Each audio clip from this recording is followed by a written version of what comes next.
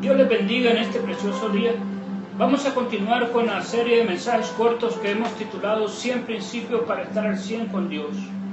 En esta ocasión quiero ver en el libro de Hechos, en el capítulo 17 y versículo 23 del libro de Hechos. Dice la palabra del Señor en el nombre del Padre, del Hijo y del Espíritu Santo, porque al pasar y observar sus santuarios, hallé un altar con esta inscripción: al Dios no conocido.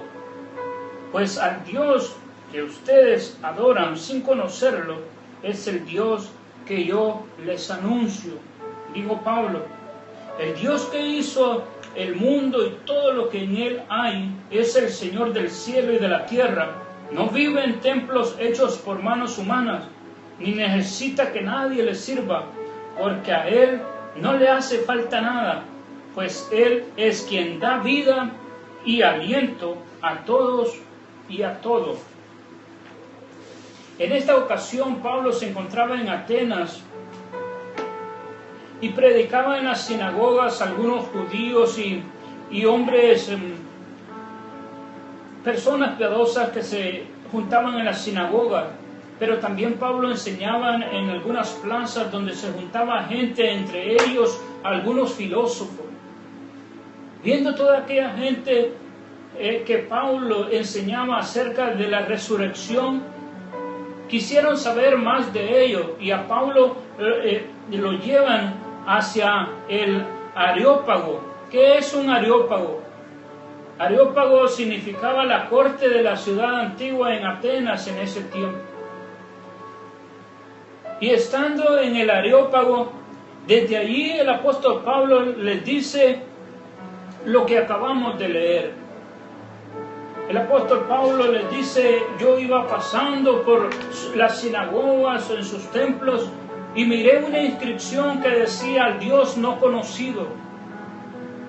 Y Pablo les sigue diciendo: a ese mismo Dios que ustedes adoran sin conocer, es el mismo Dios que yo predico. Ahora, Pablo no predicaba un Dios desconocido. Esta es la diferencia, que Pablo predicaba un Dios que conocía. ¿Cómo conoció Pablo a Dios? Pablo era un perseguidor de Jesucristo y asolaba las iglesias, mataba a los cristianos en las sinagogas en esos tiempos. Un día Pablo va con orden de asolar una iglesia, y rumbo en el camino de Damasco se le aparece Jesucristo. Se le aparece en una luz, un resplandor que deja ciego a Pablo. Pablo cae de su caballo, y cuando Pablo se da cuenta que aquello era sobrenatural, le pregunta: ¿quién eres? La voz le dice: yo soy Jesús a quien tú persigues. Dura cosa es darte contra el aguijón, le dice Dios en aquella visión que Pablo está viendo. Cuando Pablo se da cuenta que es Dios el que le está hablando, entonces Pablo le pregunta: ¿qué quieres que yo haga? Y es cuando Dios lo manda a una casa, pero Pablo para entonces ya no puede ver, porque perdió la vista al ver el resplandor de Dios. Posteriormente Dios mandaría o le daría la salud a Pablo a través de un siervo que fue y oró por él.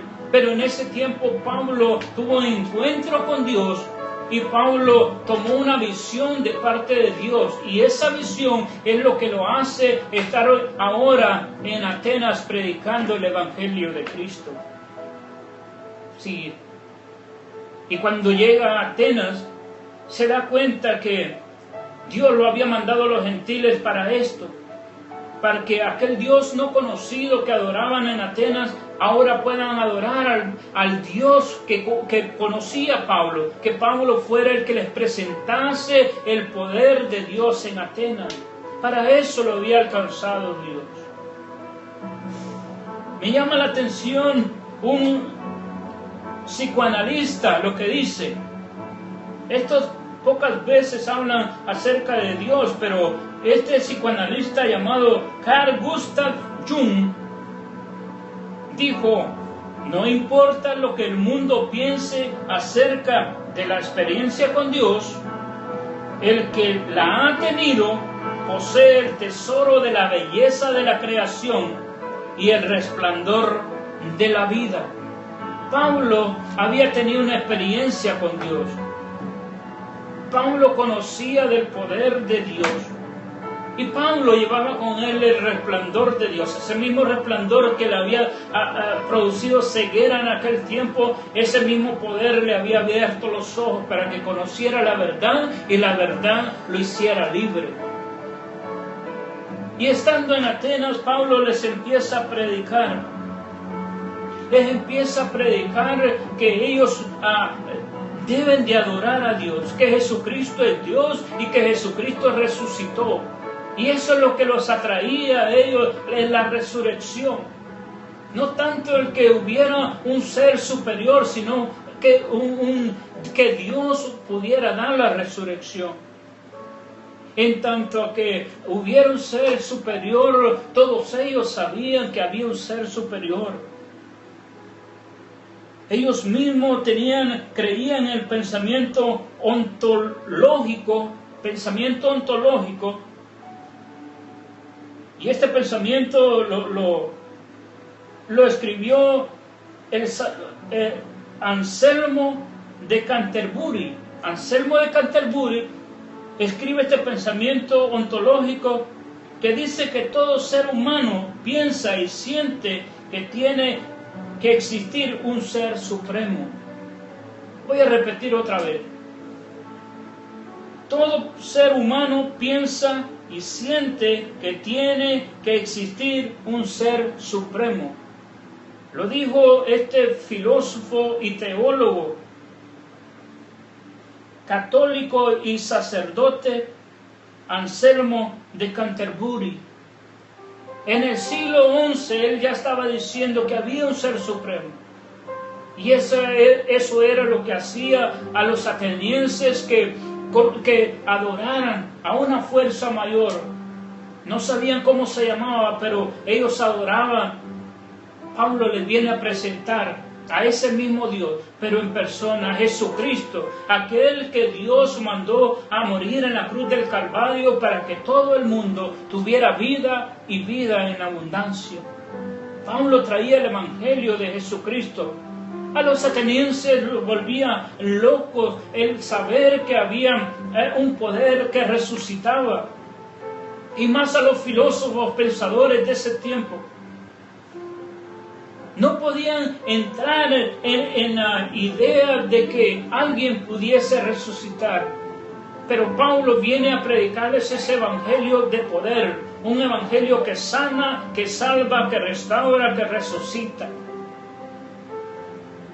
Y aquí, mi querido hermano, te quiero decir, mi querido amigo, que cuando hablamos del poder de Dios, algunos lo han experimentado en un milagro, otros han conocido a Dios a través del estudio.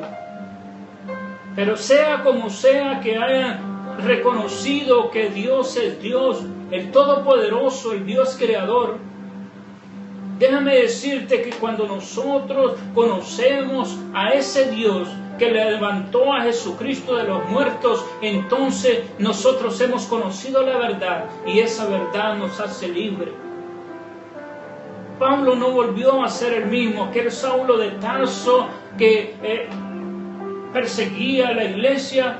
Ahora está hablando de un poder, del poder de Dios a través del Espíritu Santo. Esa es la realidad del Evangelio de Cristo Jesús, su poder. Muchos saben que hay un ser divino, un ser superior. Ese poder es de Dios. Ese ser divino es Dios. Dios mandó a su Hijo Jesucristo para que muriera por nosotros en la cruz del Calvario. Ese mismo Dios que sanó a Pablo, ese mismo Dios que llevó a Pablo a predicarle a los de Atenas, es el mismo Dios que predicamos nosotros para salvación y sanidad de aquellos que creen en que Jesucristo murió en la cruz por ellos y que por su llaga fuimos nosotros sanados. Si estás creyendo en este día, si eres un amigo que escucha, te invito a seguir aprendiendo más de las cosas de Dios. Pero si hoy quieres hacer una decisión de tener ese encuentro con Dios, para conocer la vida plena en Jesucristo, hoy es tu día. Yo quiero orar por aquellos que necesitan salud, aquellos que necesitan salvación. Quiero orar para que Dios llene de bendición y de su poder los hogares, aquellos hogares cristianos, que Dios bendiga en sobremanera sus vidas. Padre, te doy gracias porque tú eres bueno y para siempre es tu misericordia. Bendice, Señor, oh Padre Santo, aquellos hogares que necesitan, Señor, de bendición, Señor. Llena sus alacenas, Señor Dios mío. Oh Padre, lleva salud a sus vidas, Señor, esperanza, Padre Santo. Abre las ventanas de los cielos, Señor, como tú lo has prometido, Padre, conforme a tu voluntad, Dios mío. Y aquellos, Señor, que están pensando, Señor, oh Padre Santo, oh Señor, en hacer, Señor, una decisión, tomar una decisión hoy, Dios mío. Llévale, Señor, salud y vida, Padre, a sus corazones, Señor, y pon ese grado de fe para que ellos puedan creer en ti. Y también se unan a las familias bendecidas, Señor, Padre. Oh, Dios mío, oramos, Señor, por aquellos que han padecido, Señor, en esta pandemia, Padre. Bendícelos, Señor, en sobremanera, como tú lo has prometido, Señor. Y aquellos que están enfermos, Señor, restáuralos, Padre, y levántalos a través de tu misericordia, en el nombre de Cristo Jesús. Amén.